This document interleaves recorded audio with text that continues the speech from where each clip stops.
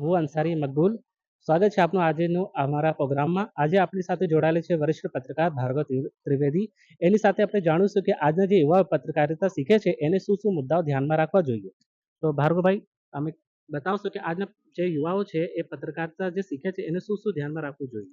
જી મકબૂલભાઈ, ખૂબ જ મહત્વનો અને લોકોને રસપ્રદ એવો આપનો સવાલ છે.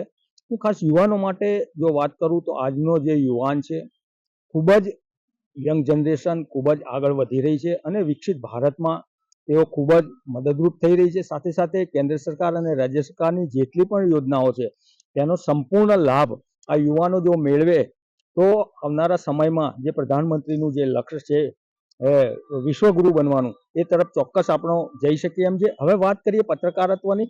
પત્રકાર આજના યુવાનોએ કેમ શીખવું જોઈએ, જે આપનો સવાલ છે એ ખૂબ જ સારો છે. એની સાથે હું એટલું જ કહીશ કે આજના યુવાને પોતાના ભણતર, ગણતર અને ધંધા, નાના વ્યવસાય, સ્ટાર્ટઅપ સાથે સાથે પત્રકાર જગતમાં તેનું ધ્યાન હોવું ખૂબ જ જરૂરી છે. વિશ્વ લેવલ ઉપર ના સમાચારો તેને જાણવા જરૂરી છે, કારણ કે અત્યારે જે ભારતની ચર્ચાઓ સમગ્ર દેશમાં સમગ્ર વિશ્વમાં થઈ રહી છે. આંતરરાષ્ટ્રીય લેવલ ઉપર દરેકનું ફોકસ ભારતના યુવાન ઉપર છે.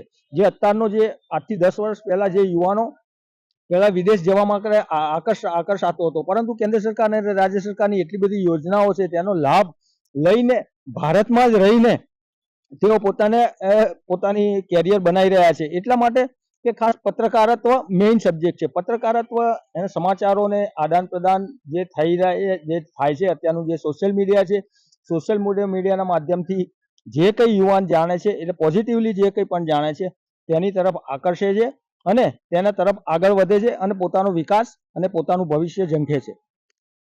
ખૂબ ખૂબ આભાર ભાર્ગવભાઈ. ભાર્ગવભાઈએ સાચી વાત કીધી છે. આજના જે યુવાઓ છે જે જર્નાલિઝમ શીખે છે એને આ મુદ્દાઓ વધારે ધ્યાનમાં લેવા જોઈએ, જેથી પત્રકારિતા એક સહી દિશામાં આગળ વધી શકે. આભાર.